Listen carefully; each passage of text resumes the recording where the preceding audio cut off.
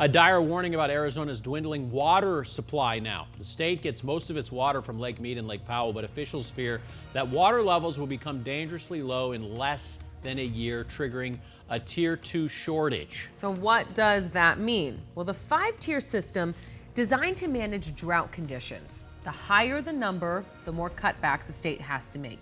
Tier 2 mainly affects farmers, which in turn affects us, shoppers.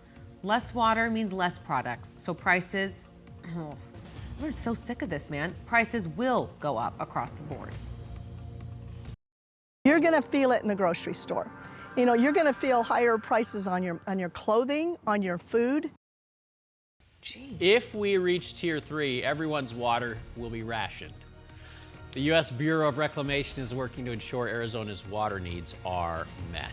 Yeah, this is going to be a big issue in the next year or so. Water managers across the state had a big conference a couple weeks ago. They're talking about right now how cities and counties can prepare. And this is something I know, Crystal, you follow in terms of drought monitors. You look at every week where we're at.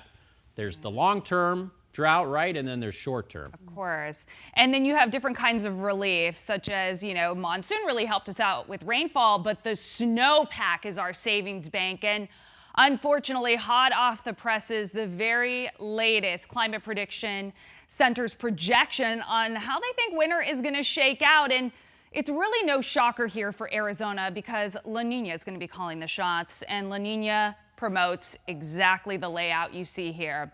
A pretty high likelihood that we're going to see below average rain and snowfall this winter.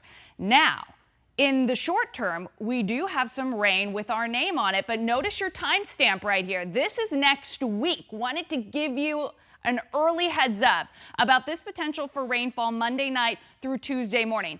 First, you're going to notice the winds really getting wound up on us, but this is, as you can see, more than a wind maker. We'll have rain that pretty much targets the northern half of the state. Now, this is so far out yet that you can't quite take this as gospel. It's not going to be this big swipe of rain, but this is the area that you could see some drippy skies. And yes, we could get in on a stray shower here in the valley by Tuesday morning, very early Tuesday morning. The winds will keep blowing. Snow would be exclusive to the tippy tops of the highest peaks in our state. So this is mainly just strictly a rainmaker for us. But in the meantime, we are just looking at that weekend. We're racing into the weekend, right? Like a burro.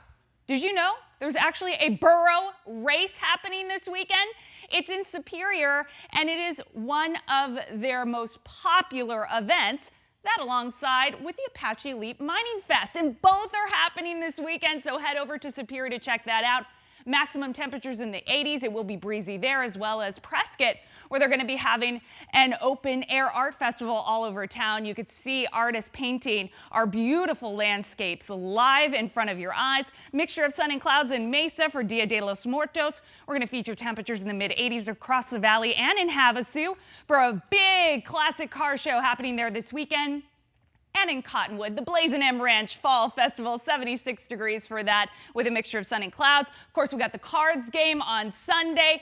Great temperature profile to do some tailgating. And temperatures are going to fall down even more next week with that storm system. Vanessa, Tuesday, a high of 79. That's just practically perfect.